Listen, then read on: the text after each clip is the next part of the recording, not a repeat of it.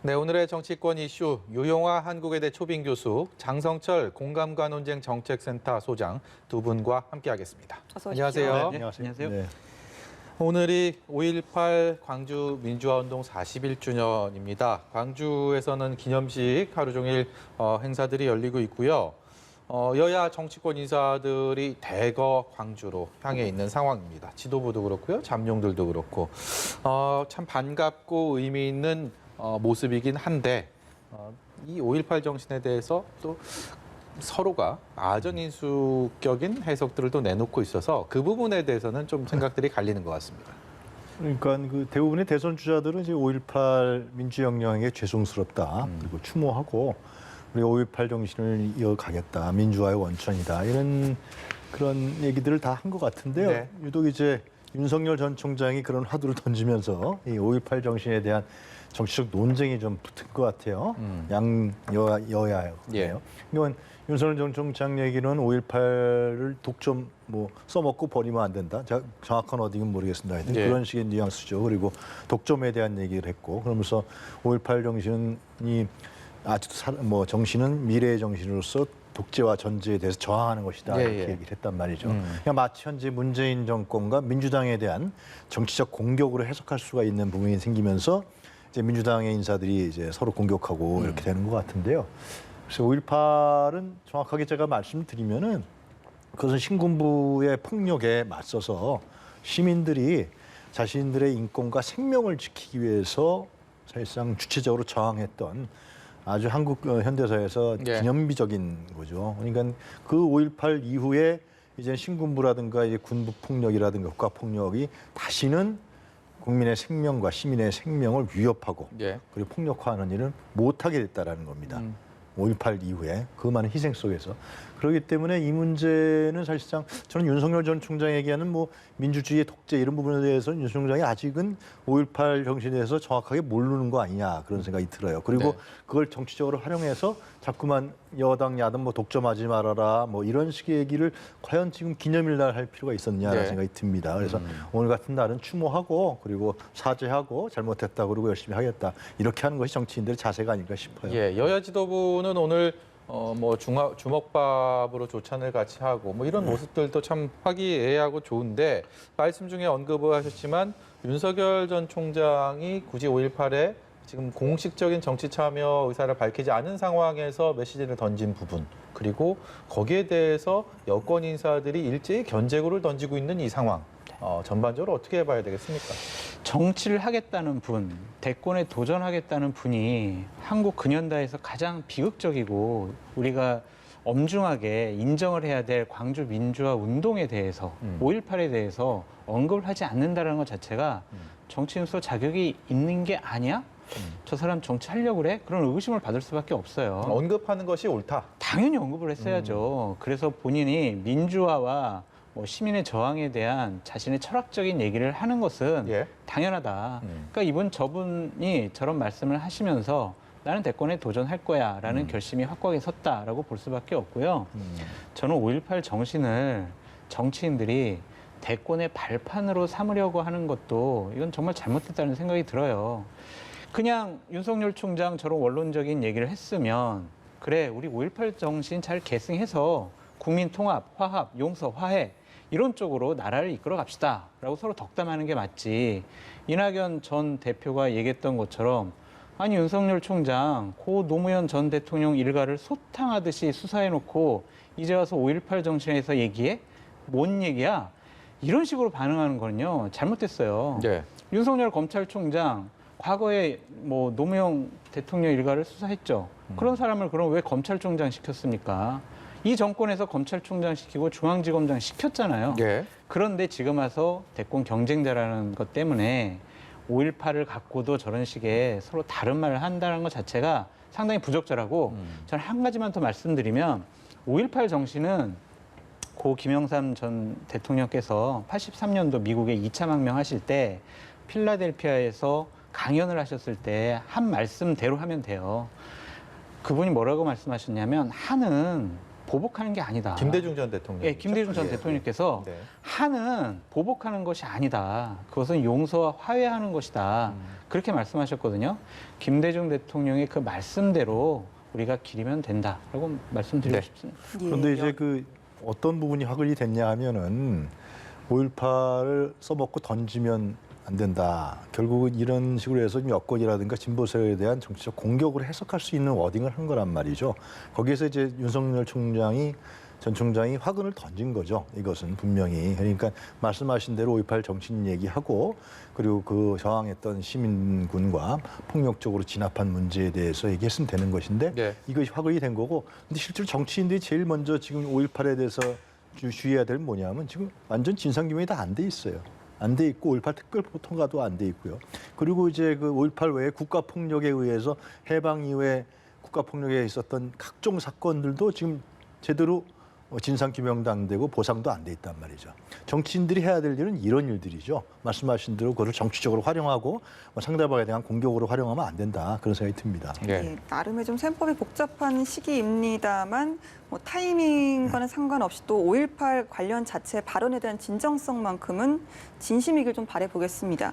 여야의 호남 주도권 경쟁이 좀 이어지고 있는데요. 먼저 민주당부터 좀 여쭤보겠습니다.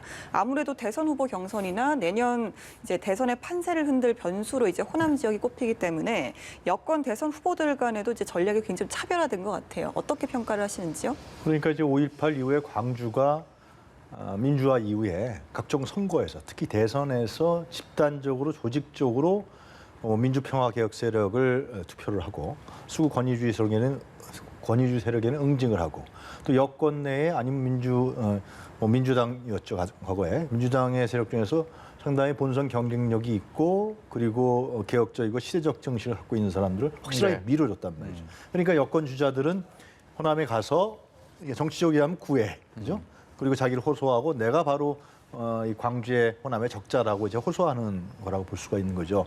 근데 세 사람의 특히 지금 이제 세 사람을 얘기하는 거 아니겠습니까? 이재명 지사 같은 경우는 아무래도 그런 것 같아요. 윤석열과의 대립각을 세우는 것 같아요. 워딩을 보면은 국가폭력이라든가 이런 걸 얘기하는 거 보면은 그리고 이제 정세균 전 총리 같은 경우는 출발이 좀 늦어서 그런지 이 선명성을 강조하는 것 같아요. 그래서 검찰개혁, 언론개혁 이런 부분을 화두 던지면서 실제로 이재명 지사와의 차이를 좁히기 위한 하나의 그러한 행보를 보이는 것 같고요. 이낙연 전 대표 같은 경우는 지지율이 떨어지고 있는 형국가 아니에요. 그걸 올리기 위해서 이번에 광주에 가서 사면론에 대해서 사과를 하고 그리고 개헌론까지 얘기를 했어요. 상당히 뭐 개헌론이 폭발론 정도는 아니지만은 이낙연 전 대표의 개헌론은 이제 기본권에 대한 문제, 국민 삶에 대한 문제 이런 부분으로서 이제 화두를 던진 거죠. 그리고 이제 김부선 그 전철도 한번 타보고 네. 이러한 방향턴을 좀 이낙연 전 대표는 하고 있지 않나 그런 생각이 듭니다. 예. 장 소장님, 네. 국민의힘이요. 네. 몇 달 전에 김종인 비대위원장이 5.18 묘역 가서 무릎 꿇고 네. 할 때만 해도 많은 분들이 에이 저런다고 변하겠어?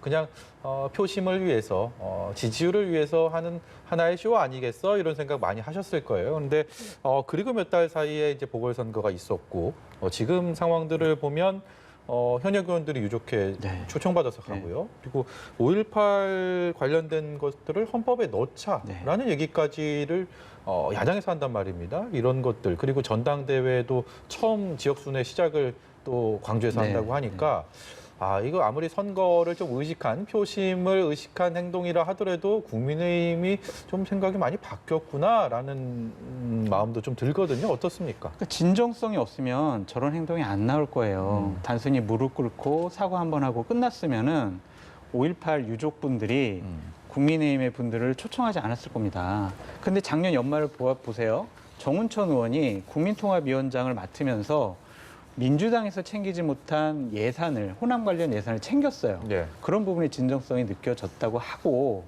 그리고 또 우리 성일종 의원이 정무위 간사를 하면서 5.18 유공자 예우법이 소위에서 통과되는데 되게 많은 노력을 하셨거든요. 예. 그런 부분에 대해서 되게 유족회분들이 고맙고 감사하다라는 생각을 갖고 이제 초청을 한 건데 저런 것들은 전 상식이라고 봐요. 5.18 정신을 어떻게 폄하합니까? 지난 자유한국당 시절에 뭐 김진태, 김순례 이런 분들이 뭐 5.18 유족 뭐 그런 예. 분들은 괴물이다 막 이런 표현까지 있었잖아요. 네. 이러한 잘못된 행위를 당연히 반성을 하고 그 반성에 대한 사과와 사죄의 의미로 여러 가지 진정성 있는 행동을 했어야 한다. 그것이 상식이고 기본적으로 이런 것들이 국민의 눈높이에 맞는 행동을 국민의힘이 지금 하고 있다라고 보여집니다. 이것을 단순히 그냥 우리가 내년 대선 때 호남에서 득표를 좀 더 많이 해야지 이런 정략적인 차원으로 접근하면은요 또 다른 실수가 나올 수가 있어요. 이런 부분은 예. 지금 국민의힘에서 얘기하듯이 헌법에 5.18 정신을 넣어야 된다라는 것까지도 국민의힘에서 주도적으로 해야 된다라고 말씀드립니다. 예. 네, 진정성에서 비롯된 변화다라는 평가까지 들어봤습니다. 당초 국민의힘이 이제 앞서 법사위원장 자리를 요구하고 민주당에서 반발을 하면서 이 인사청문회를 일정조차 잡지 못했는데요. 오늘 26일에 열기로 합의를 했습니다. 일단은 윤호중 법사위원장 체제로 청문회를 진행하게 되는 거겠죠? 협상이 된 거죠. 애초에는 그 검찰총장 청문회도 안 된다. 네. 날짜도 못 잡겠다. 그러다가 이제 그럼 법사위원장을 나중에 해. 나중에 우리 정하자. 상임위 배분은. 그리고 아마 이제 특별감찰 부분도 청와대에서 얘기 나오니까 그 부분도 국회 추천하는 걸 하자. 그러니까 이제 야당이 그 문제를 받아들이면서 청문회 일정을 잡은 것이죠. 그렇게 해서 이제 26일 날 청문회가 열리게 되는데요. 아마 치열한 공방이 예상될 겁니다. 실제로 야당 같은 경우는 굉장히 벼리고 있겠죠. 뭐 조국 문제부터 해서 계속 이제 얘기를 하겠죠. 그 당시에 장관 때 차관을 했으니까 당신 생각은 무엇이냐라고. 그러니까 결국 검찰의 중립성은 어떻게 생각하느냐. 이런 문제를 아마 치열하게 얘기를 하고 다시 또 조국을 다시 꺼내들고 말이죠. 이런 정치 공세할 거라고 생각이 드는데 뻔한 예상 아니겠어요? 네. 저는 이 청문회에서 이 김호수 후보자가 검찰 개혁에 대한 자기 입장도 분명히 밝혀야 된다고 생각해요. 그러니까 그 양축이 있었던 거 아니에요? 실제로 검찰의 중립성 문제와 검찰의 기득권을 제어해야 된다는 검찰 개혁이라는 부분들이 양축이 분명히 있었고 국민의 요구도 분명히 있었기 때문에 과연 향후에 검찰 개혁을 어떻게 안착시킬 거고 검찰들이 그것을 어떻게 받아들일 거냐.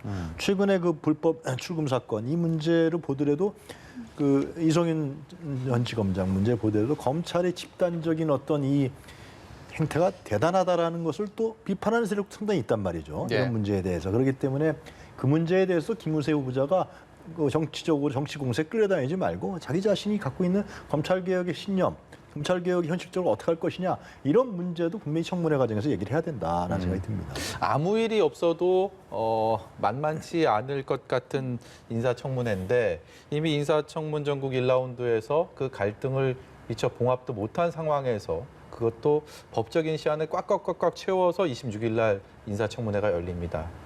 갈등이라는 게 벌써부터 예고가 된다라는 그럼요. 평가들이 많습니다. 근데 저는 국민의힘이 좀 안 좋은 것 같아요. 지금 잘못된 선택을 하고 있다라는 생각이 들어요. 청문회를 합의한 게 잘못된 겁니다. 아닙니다. 그러니까 청문회에 대해서 미리 합의해주지 않은 것, 그리고 처음부터 무조건 안 돼라고 하는 것, 그리고 김호수 검찰총장 후보자는 안 된다라고 얘기하는 것하고 법사위원장 자리도 같이 연계시킨 것, 이거 잘못된 전략이라고 봐요. 그러니까 우리 전에 한번 보자고요. 며칠 전에 있었던 김부겸 국무총리 후보자도 안 된다라고 얘기를 하고 3인방 장관 후보자들도 다 안 된다고 그랬어요. 이것은 너무나 강렬한 투쟁을 하고 싶어하는 강경 투쟁을 하고 싶어하는 김계영 원내대표의 뜻이 반영이 됐는데 이것은 안 좋은 것 같아요. 김부겸 국무총리 후보자가 어느 정도의 결격 사유는 있지만 어떤 결정적인 하자가 있는 건 아니잖아요. 그런데 국무총리 안 된다 그러고 또 국토부 장관도 안 된다 그러고 또한 지금 법사위원장을 국민의힘이 달라고 한들 민주당에서 주겠습니까? 안 주죠. 예. 김호수 검찰총장 후보자 아무리 부적격이라고 낙인을 찍어도 지금 청와대나 여권에서는 이 사람에 대해서는 처리할 생각이 없을 거예요. 이 두 가지의 원칙을 갖고 연계시켜서 국회 일정과 또한 청문회 일정들을 뭐 줄다리기식으로 협상한다는 것 자체가 잘못된 전략 같고요. 줄 건 주고 받을 건 받아라. 저는 이렇게 얘기하고 싶습니다. 그것도 강경투쟁도 국민의 상식과 눈높이에 맞는 투쟁을 해야지 그냥 좋아. 처음에 내가 원내대표 됐으니까 일단은 강한 모습 보여줘야 돼. 이런 식의 강경투쟁은 결코 국민의힘에 도움되지 않는다. 잘못된 선택이다라고 말씀드리고 싶습니다. 뭘 받아야 된다고 생각하십니까? 주는 것은 뭐 김호수 검찰총장에 대한 인사 청문 보고서가 될 것이고 또 뭐 법사위원장이 될 수도 있고요. 받아야 되는 건 뭐라고 생각하십니까? 뭘 받으려고 하면 안 돼요. 그러니까 뭐 8개, 18개 상임위 중에서 8개 우리 줘. 민주당이 주겠냐고요. 뭐 지금 뭐 외통이나 정문이나 이런 것들은 줄 수 있다라고 얘기를 하겠지만 지금까지 1년 동안 민주당이 의회에서 18개 상임위를 함으로써 책임 정치하지 않았습니까? 예. 그것에 대해서 잘못됐다라고 국민적 평가를 받고 있잖아요. 자칫 잘못하면은 상임위원장 받는다는 것 자체가 중진들 자리를 챙겨주려고 하는 김기현 원내대표의 하나의 사전 약속을 실현시키기 위한 수단이다라고 생각할 수도 있어요. 받으려고 하지 말고 네. 정말 정말 명분과 선명성 있게 행동을 해라. 김호수 검찰총장 청문회 하고 청문회 경과 보고서에다가 저 사람은 이러한 이유 때문에 부적절하다라고 근거와 역사적인 기록을 남겨두는 게 맞지. 아유, 우린 청문회 안 해라든지 뭐 표결할 때 우리는 다 퇴장할 거야. 이런 식의 접근 방식은 자유한국당 시절을 생각나게 할 수밖에 없어요. 예. 그러면 이건 국민의힘에 안 좋다라고 거듭 말씀드립니다. 네, 주제 좀 넘겨보겠습니다. 보궐선거 이후에요. 여당 내에서 여당 주도로 부동산 정책을 바꾸자라는 목소리가 높아지고 있고 그것을 위해서 특위까지 구성을 했는데 이 과정에서 여러 가지 설들이 나오고 있습니다. 먼저 윤호중 원내대표의 오늘 목소리부터 듣고 오겠습니다. 송영길 대표는 이제 그 한 10년 정도 이 임대주택에 살다가 10년 후에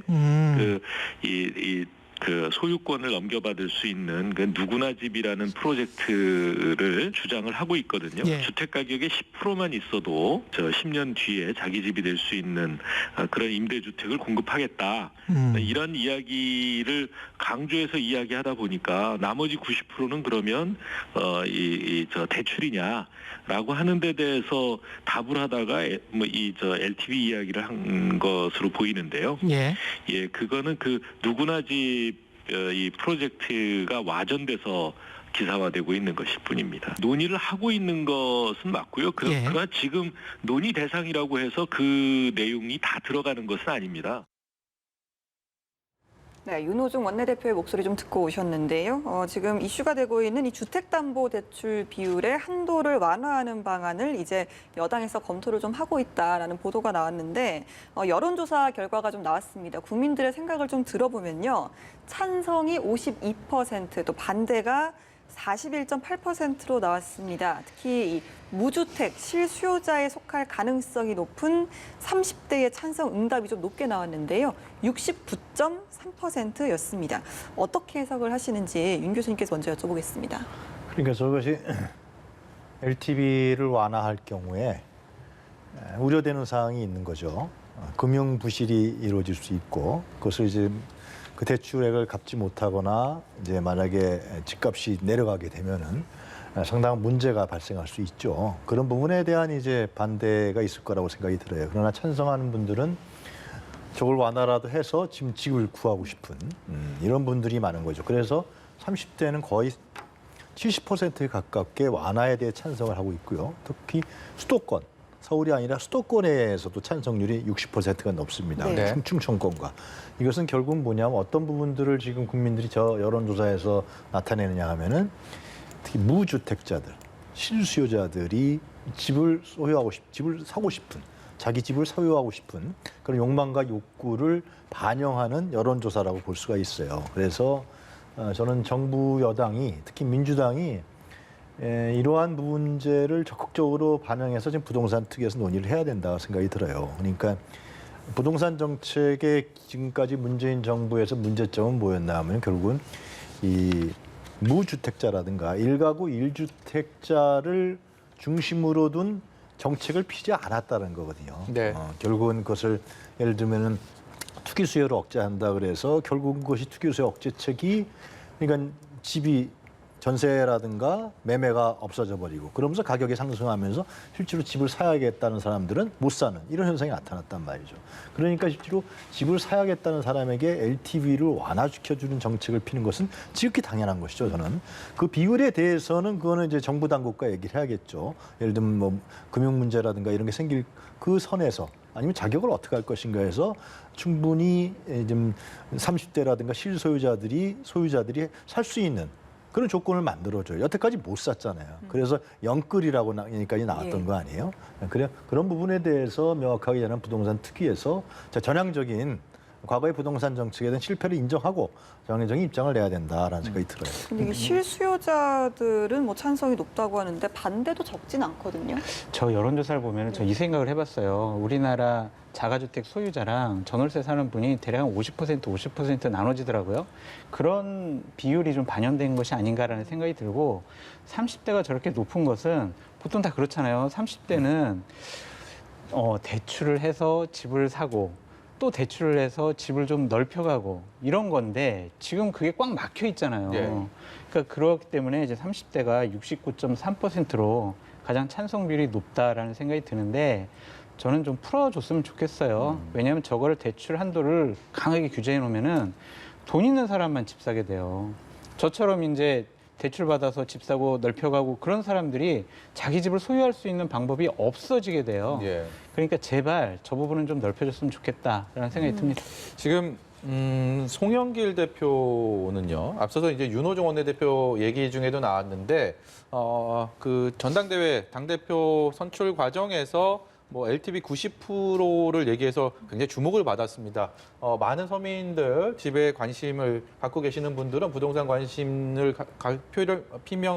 거기에 대한 피력을 하면서 몇 %까지 이 담보대출의 비율을 올리느냐 이거에 대한 것들이 굉장히 관심이 높지 않습니까? 그렇기 때문에 이 90%라는 거에 눈과 귀가 쏠렸던 분들이 많으실 텐데 지금 윤호중 원내대표는 와전된 것이다라는 얘기를 하면서 이게 여당 내 지도부 간에도 좀 온도차가 있는 게 아닌가 뭐 이런 얘기들도 솔솔 나오고 있습니다. 대표 선거 때 나온 얘기고요. 90%는 과하죠. 그거는 90% 대출을 받았다가 그것을 갚지 못하게 되고 예를 들면 금융부실로 이어지고 집값이 하락할 경우는 그건 누가 담당하겠습니까? 그건 국가적인 문제로 들어가기 때문에 빚내서 집 사라. 과거에 어느 정권에서 그랬던 걸 제가 기억하는데 그런 식의 오류는 범하면 안 될 것 같고요. 그거는 제가 좀 전에 말씀드린 대로 완화해야죠. 완화하고. 왜냐하면 그전에 금융 규제를 통해서 투기 수요를 억제하려고 하는 정부 부동산 정책이 있었는데 예. 그것이 실패로 지금 나타난 거 아니에요, 결국은? 그것이 결국은 예를 들면 거래가 많지 않아지면서 집이 귀해지고 그러면서 실제로 집을 사기가 어려워지는 예. 집을 원하는 사람들, 집을 필요로 하는 사람이 사지 못하는 그 집값은 상승해버리고 지금 서울하고 수도권에서 집 살려면 지금 진짜 쉽지 않아요. 뭐 제가 말씀 안 드려도 알겠지만 어느 정도 뛰었는지 이 문제를 완화하기 위해서는 당연히 공급을 늘려야 되고 공급 대책을 늘려서 예를 들면 30, 40대도 원하는 예를 들면 뭐 30평대 이런 식의 집도 주택도 많이 내놔야 되는 거고 그리고 저소득층을 위한 공공주택들, 공공임대주택도 내놔야 되는 거죠. 이런 부분들은 지금 전향적으로 민주당에서 김진표 그 특위위원장께서 예. 시장 상황을 잘 아는 분이니까 네. 전향적으로 내놓고 있는 걸로 알고 있습니다. 예. 근데 제가 짧게만 말씀드리면 민주당이 이번에 무조건 바꿀 거예요. 26일 본회의인가요? 하여튼 6월 1일 전에 본회의에서 부동산법 관련 세제 개편안이라든지 법률을 바꿀 이유가 뭐냐면 내년도에 대선이 있잖아요. 지방선거 있고 그러면은 내년에 분명히 재산세, 보유세 이런 세금을 내야 된단 말이에요. 네. 그 기준이 6월 1일이에요. 그 기준 전에 무조건 낮추는 그러한 법안이나 법령을 다 완비를 해놓을 것이다. 저는 그렇게 예측해보고 저는 종부세도 바꿔야 된다고 봐요. 종부세도 징벌적 과세거든요, 그게. 그리고 재분배적 성격을 갖고 있는데 지금 서울의 평균 중위 아파트 가격이 10억인가 11억이에요. 그럼 그들에게도 징벌세를 한다는 상당히 1%를 향한 이러한 징벌세적 성격을 갖고 있다면 종부세가 네. 이 종부세 문제도 이번 특위에서 난 확실하게 전향적으로 논의해야 된다 생각이 예, 듭니다. 이 부동산 정책에 대해서는요 잠시 후 저희 1번지 현장에서 박완주 또 정책위 의장이 출연을 하기 때문에 관련해서 제가 또 좀 물어보도록 하겠습니다. 네, 특별감찰관 이야기를 잠깐 여쭤보고 싶은데요. 청와대가 민주당 윤호중 원내대표에게 특별감찰관 후보자를 좀 추천을 해달라고 요청을 했습니다. 사실상 좀 공수처의 업무 범위와 겹치기 때문에 여당에서는 부정적인 입장을 유지해 왔는데요. 좀 새로운 인물을 찾는 것도 좀 부담스럽지 않을까 이런 의견도 나오네요. 이철희 정무수석이 오늘 어느 라디오에 인터뷰를 하면서 저것은 대통령의 강한 의지가 실려 있는 것이고 국회에서 추천해달라 이렇게 밝히지 않았습니까? 좀 잘하는 거죠. 왜냐하면 특별감찰관의 역할이라는 것은 공수처하고 좀 달라요. 공수처는 이제 고위공직자의 부정부패에 대해서 전담해서 하는 수사기구고 특별감찰관은 대통령의 친인척과 청와대에서 수석비서관을 네. 대상으로 해서 일상적인 감찰을 하는 거거든요. 필요하죠. 필요하니까 저것은 뭐 이철희 정무수석이 오늘 잘 얘기한 것 같은데요. 그래서 국회에서 국회에서 아마 3명인가 추천을 하면 대통령이 지명하는 거로 돼 있어요. 그래서 국회에서 아마 저 문제도 야당의 요구였거든요. 야당이 강력한 계속해서 요구사항이었으니까 저 야당의 요구를 수용하는 걸로 그렇게 해서 국회에서 논의해서 뭐 1년여 남았지만은 특별 감찰을 통해서 예를 들면은 야당의 요구도 수용하고 그리고 대통령의 친인척이라든가 이런 건 투명하게 관리하는 이런 계기로 삼으면 좋겠다 생각이 듭니다. 여야가 이렇게 찬성을 하는 둘 다 좋게 보는 그런 인사를 찾는 것이 네. 글쎄요 논의 과정에서 얼마나 가능하다고 보십니까? 여당 주도로 할 수밖에 없겠죠. 청와대 특별감찰관인데 야당이 뭐 주장을 하고 추천하는 사람이 되겠습니까? 저는 이러한 부분들이 이철희 정무수석이 새로 정무수석 된 다음에 이철희 발 정치 쇼가 진행되고 있다라고 저는 말씀드리고 싶어요. 예. 그러니까 이게 나쁜 비하하는 의미가 아니라 예. 이렇게 야당이 요구를 하고 원래 있는 거잖아요. 청와대 법에 직제법에 있는 걸 안 하는 것을 상식적으로 정상적으로 되돌리려는 그러한 이철희 정무수석의 정치 쇼가 진행되고 있다. 잘하는 것이다. 네. 라고 좀 말씀드리고 싶습니다. 예, 잘하는 정치 쇼라는 말씀이십니다. 오늘 말씀 여기까지 듣도록 하겠습니다. 지금까지 유용화 한국외대 초빙 교수 장성철 공감과 논쟁 정책센터 소장이었습니다. 고맙습니다. 고맙습니다.